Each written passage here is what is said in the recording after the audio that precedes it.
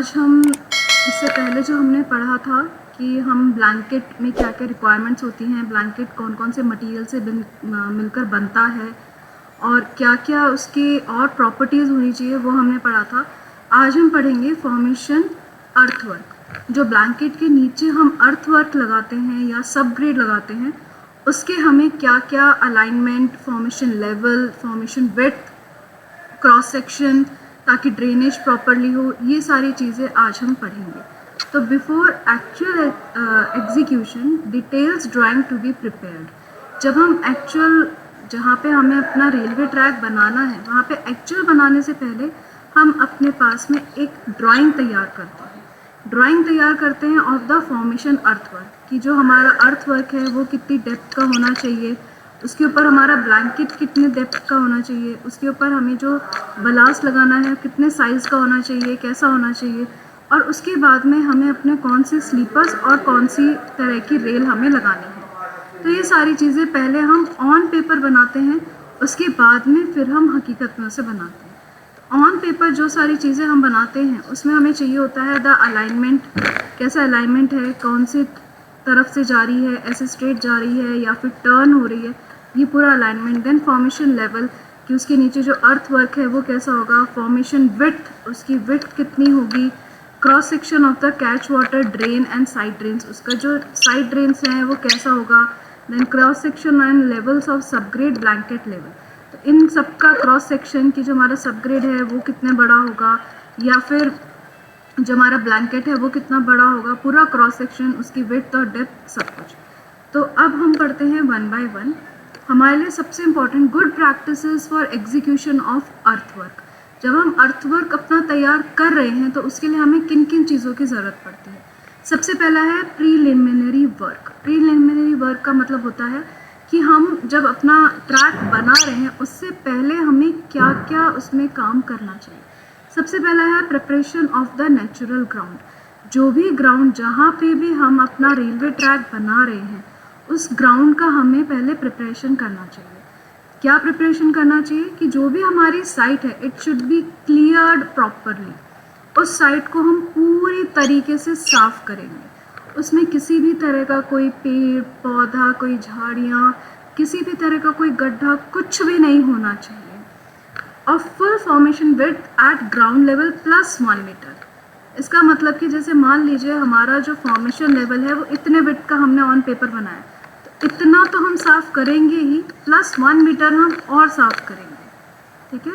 Then next is setting out of construction limit. इसका मतलब है कि जहाँ पे हमें कंस्ट्रक्शन अपना बनाना है, जो भी हमारा फॉर्मेशन बन रहा है उसकी लिमिट को सेटिंग आउट करना, कि जो हमारा कंस्ट्रक्शन बन रहा है वो इतनी लिमिट तक ही रहेगा, इसके बियॉन्ड हमें कोई भी कंस्ट्रक्शन नहीं करना है। Next, selection of borrow area sufficiently away from the alignment. इसका मतलब जहाँ पे हम अपना एम्बैंकमेंट या फिर हम अपना अर्थवर्क बना रहे हैं उसमें डालने के लिए जो हमें सॉइल की या सबग्रेड की ज़रूरत पड़ती है, वो सबग्रेड हम कहीं से एक्सकेवेट करेंगे, कहीं से हम निकालेंगे। तो वो जो एरिया है जहाँ से हम अपनी मिट्टी को खोद कर निकाल रहे हैं वो अवे होनी चाहिए from alignment. It should be sufficiently away from the alignment, वो इस अलाइनमेंट से बहुत दूर होनी चाहिए। Not less than 3 metre plus height of embankment.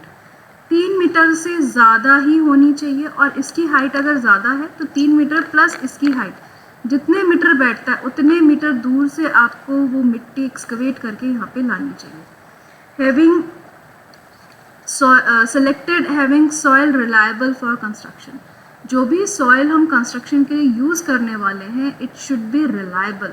ऐसी होनी चाहिए कि सॉइल की प्रॉपर्टी अच्छी होनी चाहिए, सॉइल का टाइप अच्छा होना चाहिए। Next is OMC and MDD should be checked. OMC का मतलब होता है ऑप्टिमम मॉइस्चर कंटेंट, MDD का मतलब होता है मैक्सिमम ड्राई डेंसिटी। तो जब भी हम कोई भी सॉइल यूज़ कर रहे हैं तो उसका ऑप्टिमम मॉइस्चर कंटेंट और मैक्सिमम ड्राई डेंसिटी आपको पहले से ही कैलकुलेट कर लेनी चाहिए। Next, use of the material should be plan in such a way to use soil with higher percentage of coarse grain material. जो भी हम मटेरियल इसमें यूज़ करेंगे उन सब का सिलेक्शन हम इस तरीके से करेंगे, जैसे मान लीजिए कि ये हमारा अगर कोई एम्बैंकमेंट बन रहा है तो जो भी फाइन मटेरियल होगा वो सबसे नीचे होगा, उसके ऊपर थोड़ा सा कोर्स मटेरियल होगा, उसके ऊपर उससे भी कोर्स मटेरियल होगा और सबसे ऊपर कोर्सर मटेरियल। तो हमें जो भी हम मिट्टी या सबग्रेड यूज़ कर रहे हैं उनको अच्छे से हमें एग्जामिन करना है ताकि जो higher percentage of coarse material है वो अपर लेवल में रहे। उसके बाद आते हैं जर्नल एस्पेक्ट्स। जो भी हम बनाते हैं अपना अलाइनमेंट, उसके लिए जर्नली हमें क्या एस्पेक्ट्स करने चाहिए। Field trial for compaction test. इसका मतलब कि हमें अच्छे से मिट्टी को कॉम्पैक्ट करना है। जहाँ पे हम अपना बना रहे हैं, अपना सबग्रेड का एम्बैंकमेंट बना रहे हैं, उसको अच्छे से हमें कॉम्पैक्ट करना है ताकि उसके अंदर किसी भी तरह का कोई भी वॉइड ना रहे। हम क्यों करते हैं ये field trial? To get a optimum thickness. अच्छे से हमें उसकी थिकनेस मिल जाए ताकि हम जितनी बार उसमें से रोलर उसके ऊपर से ले जाएं वो उतना ज़्यादा थिक रहे। सॉइल शुड बी वेट और dried out to get required OMC। OMC पता करने के लिए हम थोड़ा थोड़ा पानी उसमें ऐड करते हैं। जैसे हमने थोड़ा सा पानी ऐड करा, फिर उसको अच्छे से कॉम्पैक्ट करा, फिर थोड़ा सा पानी ऐड करा, फिर अच्छे से कॉम्पैक्ट करा। तो ये प्रोसेस हमारी चलती रहती है। Each layer to be compacted with specified roller commencing from side up to required level of compaction before putting next layer। हम जैसे एक लेयर डाली तो साइड से हम कॉम्पैक्ट करना शुरू करते हैं। साइड वाला पोर्शन हम सबसे पहले कॉम्पैक्ट करेंगे, दिस वन। उसके बाद हम धीरे धीरे बीच में कॉम्पैक्शन पे आ जाएंगे और लेयर बाय लेयर, सबसे पहले ये वाली लेयर हम कॉम्पैक्ट करेंगे, फिर सेकेंड लेयर हम कॉम्पैक्ट करेंगे और देन थर्ड लेयर हम कॉम्पैक्ट करेंगे। तो लेयर बाय लेयर हम चीज़ों को कॉम्पैक्ट करते हैं। अब वाई कॉम्पैक्शन, फील्ड कॉम्पैक्शन ही क्यों ज़रूरी होता है? Why field compaction is required? Field compaction is very important for getting a good dry density और can say a maximum dry density of the soil. हम मैक्सिमम ड्राई डेंसिटी इसमें से हम निकाल सकते हैं, इसलिए हमें कॉम्पैक्शन की ज़रूरत होती है। For deciding most appropriate compactor, हमें सबसे अप्रोप्रिएट कॉम्पैक्टर डिसाइड करना पड़ता है। किस तरह की मिट्टी है, हमें कौन सा कॉम्पैक्टर उसमें यूज़ करना है। इसका क्या प्रोसीजर होता है? सबसे पहले हम एक रैम्प बनाते हैं 30 मीटर लॉन्ग, इसमें 20 to 30 मीटर लॉन्ग लिखा है, 10 मीटर वाइड, 10 से 12 मीटर तक वाइड होता है, and 0.15 metre thick, 0.15 metre thick होता है, यहाँ पे दिया हुआ है एट वन एंड, एंड दूसरे एंड पे होता है 0.55 मीटर। ठीक है। Divide the ramp equally into desired number of say 4 segments. इसको हमने 1 2 3 4 अलग अलग सेगमेंट्स में डिवाइड कर दिया। In field it is not done, इसलिए हम क्या करते हैं, इस कॉम्पैक्शन ट्रायल को करते हैं। कॉम्पैक्शन ट्रायल का मतलब है, ट्रायल का मतलब है कि हम पहले करके देख रहे हैं कि जो हम कॉम्पैक्टर हमने डिसाइड करा है या जो प्रोसीजर हमने डिसाइड करा है it is good for this soil और नॉट। तो इसको पता करने के लिए हमारे पास जो मिट्टी है उसको हम एक ऐसी लेयर में डिवाइड करते हैं अलग अलग। जो एक तरफ से जो उसकी विड्थ होती है 0.15 होती है, दूसरी तरफ से उसकी जो विड्थ होती है वो 0.55 मीटर होती है। ठीक है। उसको अलग अलग सेक्शंस में हम डिवाइड करते हैं और एक एक सेक्शन को हम अलग अलग कॉम्पैक्टर से कॉम्पैक्ट करने की कोशिश करते हैं। और फिर हम ये देखते हैं कि कितने अमाउंट ऑफ मॉइस्चर कंटेंट में, कितने अमाउंट ऑफ मॉइस्चर कंटेंट में कौन सा कॉम्पैक्टर यूज़ करने से कौन सा सेगमेंट हमारा सबसे ज़्यादा कॉम्पैक्ट हुआ है। जो भी सेगमेंट हमारा सबसे ज़्यादा कॉम्पैक्ट हुआ है तो वो हमारा मॉइस्चर कंटेंट हो जाता है OMC, और वो जो कॉम्पैक्टर होता है that is the most suitable compactor. अब हम बात करते हैं कॉम्पैक्शन की। कॉम्पैक्शन क्या होता है और क्यों ज़रूरी होता है? Compaction is a process of packing soil particles. जो भी हमारे सॉइल पार्टिकल्स होते हैं उनको अच्छे से पैक्ड करने के लिए, कॉम्पैक्ट करने के लिए जो हम प्रोसीजर करते हैं उसको हम कहते हैं compaction, which increases the dry density and decrease of the voids. जैसे कि मैंने आपसे पहले कहा कि हम कॉम्पैक्शन इसलिए करते हैं ताकि हम उसकी ड्राई डेंसिटी हमें सबसे ज़्यादा मिल सके in the optimum moisture content, और उसके अंदर जितने भी वॉइड्स हैं वो सारे डिक्रीज हो सके। कंसोलिडेशन क्या होता है? कंसोलिडेशन होता है कि अंडर सस्टेन लोडिंग, मतलब इसके ऊपर आपने लोडिंग कंटिन्यूस लगा के रखी है, सस्टेन लोडिंग के बाद में इसका जो वॉल्यूम है वो धीरे धीरे डिक्रीज होना शुरू हो जाता है, उसको हम कहते हैं कंसोलिडेशन। हमें इसमें कॉम्पैक्शन की ज़रूरत होती है because it is of short duration. अब इसके क्या क्या एडवांटेजेस होते हैं? एडवांटेजेस होता है it increases its shear strength, reduction in deformation under traffic, इसके ऊपर से कितना भी ट्रैफिक जाए हमारी जो सॉइल है, सबग्रेड है, वो डिफॉर्मेशन नहीं होता। Next, reduction in shrinkage and swelling. मैंने आपको इससे पहले बताया था कि हमारी सॉइल के अंदर प्रॉपर्टी होती है कि अगर उसमें वाटर कंटेंट चला गया तो वो अपने वॉल्यूम से ज़्यादा वॉल्यूम में इंक्रीज़ हो जाती है, और अगर उसमें से पानी सारा इवोपरेट हो जाता है तो फिर वो डिक्रीज़ हो जाती है। तो ये बार बार स्वेलिंग और फिर श्रिंकेज के कारण जो इसके ऊपर हमने कोई भी स्ट्रक्चर बनाया वो ख़राब होना या टूटना शुरू हो जाता है। तो it can reduce this shrinkage and swelling condition. It reduces the permeability. Permeability हमें क्यों रिड्यूस करनी है? ताकि इसमें अगर बारिश का कोई भी पानी आए तो वो इसके अंदर ना जा सके, वो बाहर ड्रेन आउट हो जाए साइड ड्रेन से। Next, reduction in the construction time. अगर हमने कॉम्पैक्ट कर दिया है तो उसका जो कंस्ट्रक्शन टाइम है वो भी कम हो जाएगा। अब what are the factors that affecting compaction? कौन कौन से फैक्टर्स होते हैं? सबसे पहला होता है कॉम्पैक्टिंग एफर्ट्स। जितना ज़्यादा हम एफर्ट्स उसमें लगाएंगे फॉर कॉम्पैक्शन उतना ज़्यादा कॉम्पैक्शन होगा। नेक्स्ट होता है वाटर कंटेंट। वाटर कंटेंट एक लिमिट तक ही इंक्रीज़ होता है। अगर मैं आपको यहाँ पे बताऊँ तो ये वाटर कंटेंट है और यहाँ पे ये ड्राई डेंसिटी है, तो वाटर कंटेंट एक हद तक ही डालने पे ड्राई डेंसिटी इंक्रीज़ होती है। उसके बाद अगर आपने वाटर कंटेंट बढ़ाया तो आपकी ड्राई डेंसिटी डिक्रीज़ होनी शुरू हो जाएगी। तो इसलिए वाटर कंटेंट सिर्फ एक OMC, इसको हम कहते हैं OMC, जिस पॉइंट पे हमें मैक्सिमम ड्राई डेंसिटी मिलती है, तो इसी पॉइंट तक हमें उसमें पानी ऐड करना है। इसके बाद अगर आपने पानी ऐड करा तो हमारी ड्राई डेंसिटी डिक्रीज़ होना शुरू हो जाएगी। देन टाइप ऑफ सॉइल, कौन सी टाइप की सॉइल है? फाइन ग्रेन सॉइल है तो उसमें हमें कौन से तरह का कॉम्पैक्टर चाहिए होगा, और अगर कोर्स ग्रेन सॉइल है तो उसमें किस तरह का कॉम्पैक्टर चाहिए होगा। अदर जो फैक्टर्स है thickness of lift, contact pressure and speed of rolling. Next, जो हमारे इक्विपमेंट्स हैं, कौन कौन से इक्विपमेंट्स हम यूज़ करते हैं फॉर कॉम्पैक्शन।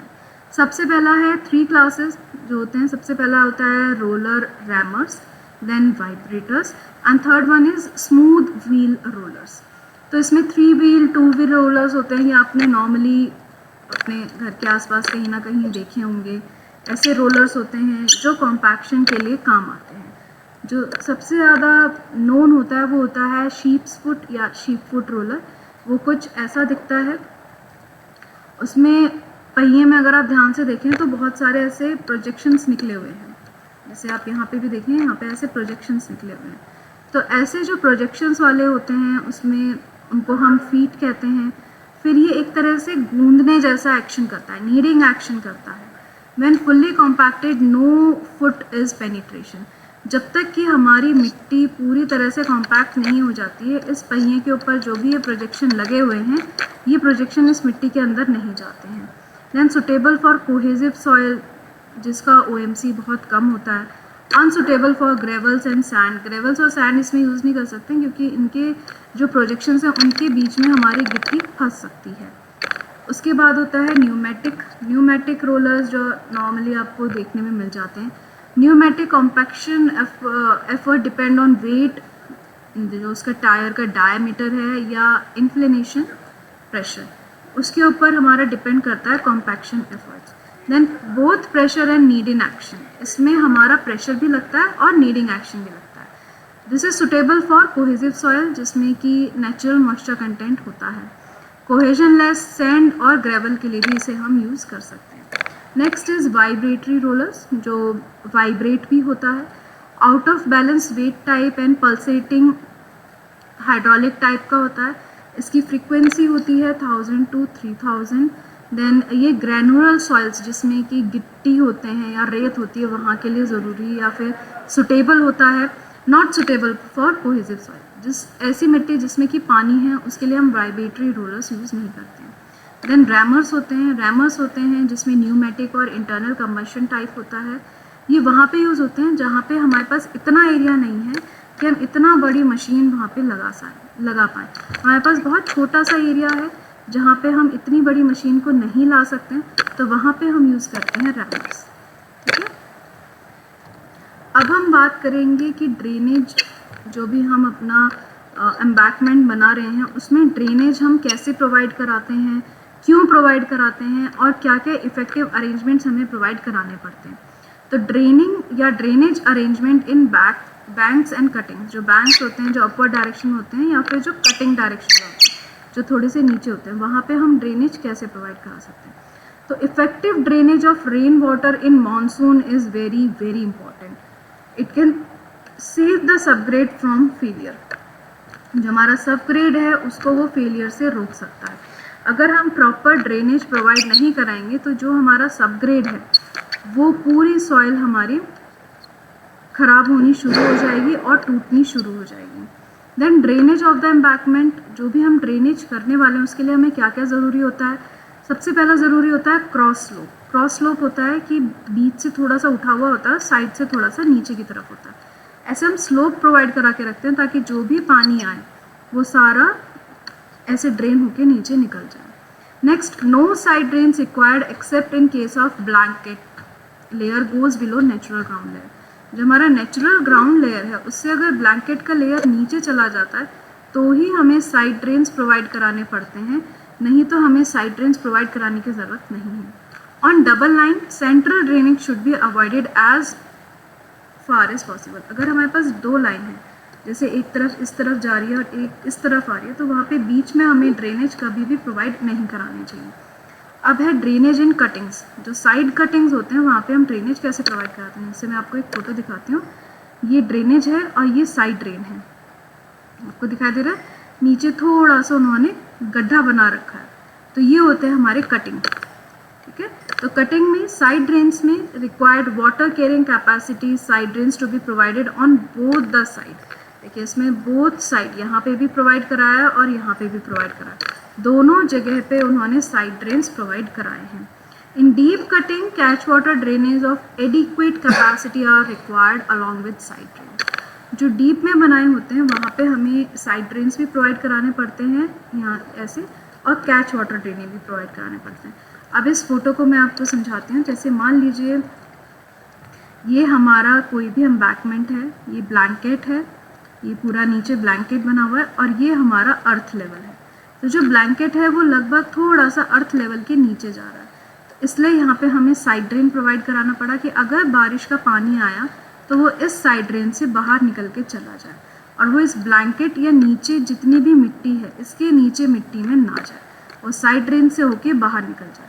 अब ये है कैच वाटर, कि अगर किसी नदी नाले के पास से पानी आ रहा है तो वो यहीं जमा हो जाए और यहाँ तक ना आए, तो इसलिए हमें साइड ड्रेन्स प्रोवाइड कराने पड़ते हैं। ये होता है कि जब हमारा रेलवे ट्रैक किसी कटिंग में बना है, या फिर मैं इसको ऐसे समझा सकती हूँ कि थोड़ा सा गड्ढे में बना है। ये हमारा ग्राउंड लेवल है, इससे नीचे जाके अगर हमारा कोई भी रेलवे ट्रैक बना है ऐसे, ये हमारा ग्राउंड लेवल है, उसके नीचे जाके अगर कोई भी रेलवे ट्रैक बना हुआ है तो वहाँ पे हमें कैच वाटर ड्रेन, यहाँ पे हम करेंगे कैच वाटर ड्रेन, और यहाँ हमें दोनों साइड ड्रेन्स प्रोवाइड कराने पड़ेंगे। ये सिर्फ और सिर्फ कटिंग में होता है। अगर हमारा कटिंग में नहीं है, ग्राउंड लेवल से ऊपर अगर हमारा कोई भी ट्रैक बना हुआ है तो वहाँ पे हमें सिर्फ और सिर्फ साइड ड्रेन प्रोवाइड कराने पड़ते हैं। ठीक है, कैच वाटर ड्रेनेज कहाँ प्रोवाइड होते हैं? Required to control huge quantity of water coming from hill slope. ऐसी जगह पे जैसे ये हिल का कोई स्लोप है तो यहाँ से अगर कोई भी पानी आ रहा है, नीचे हमारा ट्रैक बना हुआ है, तो यहीं से वो पानी को कलेक्ट कर लेता है, नीचे जाने ही नहीं देता है। Catch water drains should made of पक्का या lined with impervious flexible material. जो हमारा कैच ड्रेन होता है उसको हम पक्की लेयर से बनाते हैं या फिर किसी इम्परवियस लेयर से बनाते हैं, प्लास्टिक से, बिटुमिन से बना देते हैं कभी कभार। Catch water drain should be design properly with adequate slope. उसमें स्लोप सही होना चाहिए ताकि कोई भी पानी आए तो वो नीचे चला जाए। डीप होल होने चाहिए। डीप होल का मतलब है कि उसमें कोई भी वाटर बबल्स नहीं या फिर सारा पानी कैच नहीं होना चाहिए, वो अपने आप बाहर निकल जाए। सीलिंग होनी चाहिए, अच्छे से सीलिंग होनी चाहिए ताकि जो भी पानी है वो बाहर निकल के ना जाए। रेगुलर इंस्पेक्शन एंड मेंटेनेंस होना चाहिए। अगर हमारा साइड ड्रेन भर गया है, कैच वाटर ड्रेन भर गया है, तो उसको हम रेगुलरली बेसिस पे खाली करें, उसका मेंटेनेंस करें, इंस्पेक्शन करें। Then proper protection against tail end erosion. अगर यहाँ से मिट्टी से पानी आ रहा है तो यहाँ की मिट्टी भी धीरे धीरे आएगी, तो उसके इरोजन को रोकने के लिए हमें प्रॉपर प्रोटेक्शन लेनी चाहिए। अब एक फ़ोटो मैं आपको दिखाती हूँ। ये कैच वाटर ड्रेनेज है, ये हमारा रेलवे ट्रैक है। यहाँ पे अगर आपको दिखाई दे रहा हो, ये हमारा ग्राउंड लेवल, ये ग्राउंड लेवल है। ग्राउंड लेवल से इतना नीचे उन्होंने रेलवे ट्रैक बनाया। तो यहाँ जो पहाड़ से पानी आ रहा है, इसको रोकने के लिए यहाँ पे उन्होंने एक नाली सी बनाई है। यहाँ पे ध्यान से देखें, ये नाली है और नाली का निकासी बाहर है। तो जितना भी पानी है ये सारा साइड कैच वाटर ड्रेनेज में होके चला गया। यहाँ पे भी अगर आप ध्यान से देखें तो यहाँ पे भी उन्होंने एक नाली सी बनाई हुई है ऐसे, और ये भी पानी बाहर जा रहा है। तो जितना भी पहाड़ी का पानी है वो सब यहाँ जमा होके बाहर निकल जाता है, इधर से और इधर से, और जो हमारा रेलवे ट्रैक है वहाँ तक पानी जाता ही नहीं है। तो ऐसा कुछ होता है ग्राउंड बेल्ट जो भी हम ड्रेनेज के लिए बनाते हैं। जैसे इधर देखिए, ये ब्लैंकेट लेयर है और ये सबग्रेड सॉइल है और ये ज़मीन से बहुत नीचे है। तो यहाँ पे हमने साइड ड्रेन्स बना रखे हैं और यहाँ पे हम बनाएंगे अपना कैच वाटर ड्रेनेज, ठीक है। अब जो हम इरोजन कंट्रोल करते हैं, जैसे मान लीजिए हमने अपना साइड वाटर ड्रेनेज बनाया, कैच वाटर ड्रेनेज बनाया है, तो उसके साथ साथ मिट्टी भी थोड़ी सी ड्रेन आउट होके निकल जाती है। उसको रोकने के लिए हमें क्या क्या करना चाहिए? Erosion control measures are commonly classified as conventional method, biotechnical method, engineering system and non conventional method. Conventional method है कि जहाँ पे भी हमने अपना कैच वाटर का बनाया उसके पास में हम एस्फॉल्टिंग, सीमेंट, स्टेबलाइजेशन, इन सब का काम कर दें ताकि वो मिट्टी को रोक कर रखे और सिर्फ पानी ही इसमें आए, मिट्टी रुकी रहे।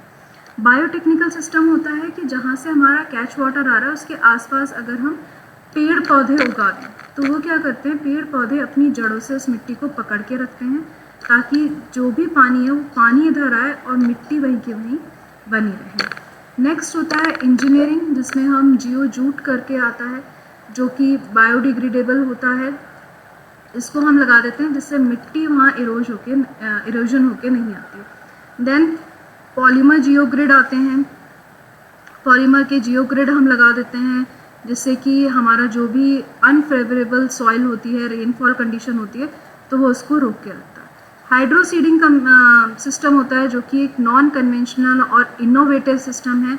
इसका मतलब है कि हम एक सॉल्यूशन जो होता है वेल ड्रॉन मल्च सॉल्यूशन, उसको हम पूरे मिट्टी पे स्प्रिंकल कर देते हैं, छिड़क देते हैं, जिसके कारण वो उस मिट्टी को पकड़ के रखता है।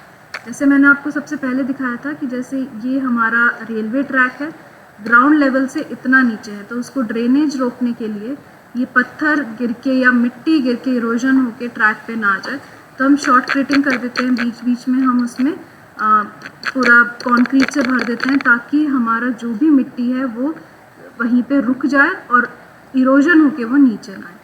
सेकेंड जो हम करते हैं, पिचिंग कर देते हैं कि जो हमारी मिट्टी है, मिट्टी के आगे हम ऐसी गिट्टी की एक दीवार सी खड़ी कर देते हैं जिसके कारण हमारी मिट्टी रुकी रहती है और वो इरोजन होके नीचे नहीं आती है। उसके बाद आता है रिटेनिंग वॉल। जैसे ये मिट्टी है, मिट्टी के सामने हम एक वॉल खड़ी कर देते हैं ताकि सिर्फ पानी निकल कर आए। यहाँ पे आपको बीच बीच में जो गैप दिखाई दे रहे हैं, इससे सिर्फ पानी निकल कर आएगा और जो मिट्टी है वो उसमें रुकी रहेगी।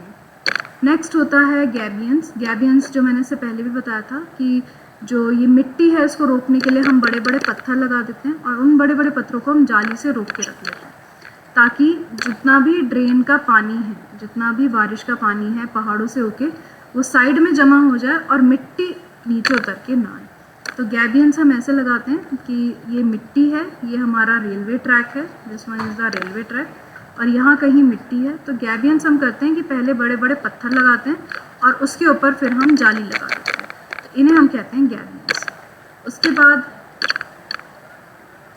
उसके बाद आता है कि हम रॉक बोल्टिंग कर देते हैं कि ये जितने भी पत्थर हैं ये बारिश से टूट के ट्रैक पे ना गिरें, तो इनके अंदर हम बड़ी बड़ी कील लगा देते हैं। यहाँ पे अगर आपको दिखाई दे रहा हो तो यहाँ पे कील लगा देते हैं सब जगह ताकि ये पत्थर को रोक के रखे और बारिश के कारण ये पत्थर टूट के ना आए।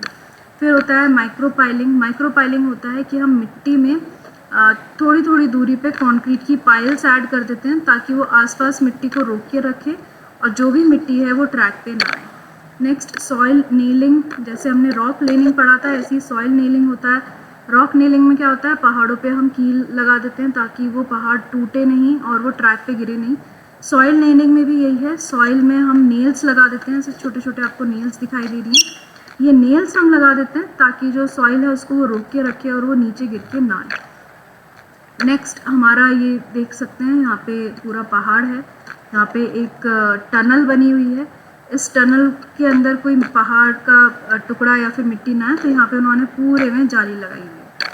नेक्स्ट यहाँ पे आप देख सकते हैं ऐसे मैश लगी हुई है, स्टील की मैश लगा देते हैं, ये हमारा ट्रैक है, इस ट्रैक पे कोई भी पत्थर या मिट्टी गिर के ना आए तो वहाँ पे हम ऐसी मैश लगा देते हैं। देन जियो सिंथेटिक होते हैं, जियो सिंथेटिक्स होते हैं कि हम कोई सिंथेटिक मटेरियल जो कि जियो पॉलीमर से बने हों उनको हम यूज़ करके और पहाड़ों के नीचे लगा सकते हैं ताकि वो मिट्टी में निकल के ना आए। Now these are some geo synthetic material, जैसे आपको दिखाई दे रही है, ये कुछ जियो सिंथेटिक मटीरियल हैं। उसके बाद जियो फेंसिंग होती है, हम ऐसे फेंसिंग लगा देते हैं, कैच फेंसिंग होती है, हम ऐसे फेंसिंग लगा देते हैं ताकि मिट्टी यहाँ से निकल के और ट्रैक पे ना आ पाए। पानी बस यहाँ पे साइड ड्रेन में अगर आप देखें ध्यान से तो यहाँ नाली बनी हुई है, तो ये साइड ड्रेन में नाली में पानी इकट्ठा हो जाता है लेकिन मिट्टी यहाँ पे नहीं आ पाती है। नेक्स्ट होता है जियो मैट या जियो नेट, हम लगा देते हैं मिट्टी में, हम ऐसे पत्थर की छोटी छोटी सी दीवार बना के लगा देते हैं ताकि मिट्टी यहाँ से खिसक के, बारिश हुई या बारिश से ये मिट्टी खिसक के और ट्रैक पे ना आ पाए। नेक्स्ट देखिए ऐसे जियो मैट हम लगा देते हैं, पहले हमने ऐसे वॉल बनाई, उसके ऊपर फिर हम जियो मैट लगा देते हैं। मैट होती है जो मिट्टी को पकड़ के रखती है और जिसके कारण वो बिल्कुल मिट्टी नीचे नहीं आ पाती है। अदर एस्पेक्ट्स क्या होते हैं, अब हम बात करते हैं